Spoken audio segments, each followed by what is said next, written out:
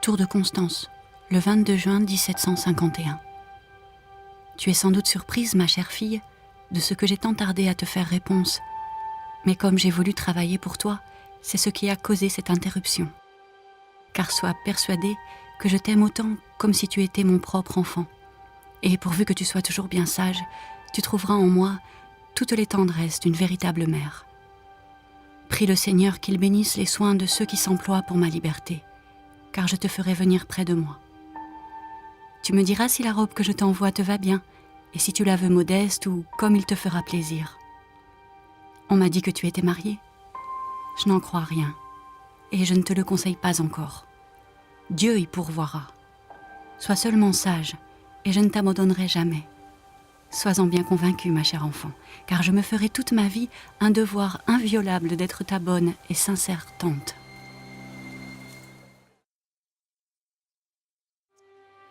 Tour de Constance, le 21 mai 1740. Nous sommes 9 du Vivarais, détenus captifs dans ce triste endroit. Cependant, depuis 10 ans que je suis ici, on ne nous a jamais rien envoyé du dit Vivarais.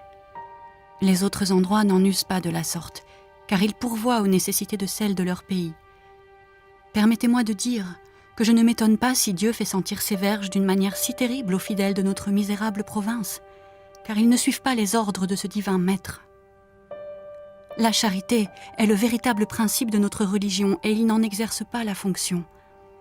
Les véritables chrétiens ne seront pas condamnés pour avoir abandonné la pureté de l'Évangile, puisqu'en effet ils en font une constante profession, mais ils le seront pour n'avoir pas visité Jésus-Christ dans les prisons en la personne de ses membres.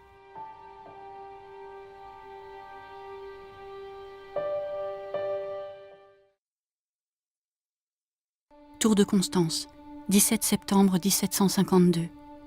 Permettez-nous, Monseigneur, de tomber à vos pieds, pour vous supplier très humblement d'être touchés de compassion envers de pauvres captives, au nombre de 25, qui souffrent les unes depuis 10 ans, les autres depuis 20 et quelques-unes depuis 30 années.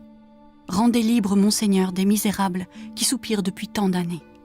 Nous gémissons toujours dans la plus affreuse de toutes les prisons. Nous sommes accablés de douleur et d'infirmité par son extrême humidité et l'horrible obscurité qui règne perpétuellement dans cette maison de force. Nous nous trouvons toujours entourés de ténèbres, la fumée qui nous étouffe. Elle est l'horreur des horreurs. Nous pourrions dire un enfer anticipé. Nous y passons une vie plus languissante, même plus amère que la mort. Et cela pour suivre les divins principes d'une religion qui nous ordonne de rendre à César ce qui appartient à César et à Dieu ce qui appartient à Dieu.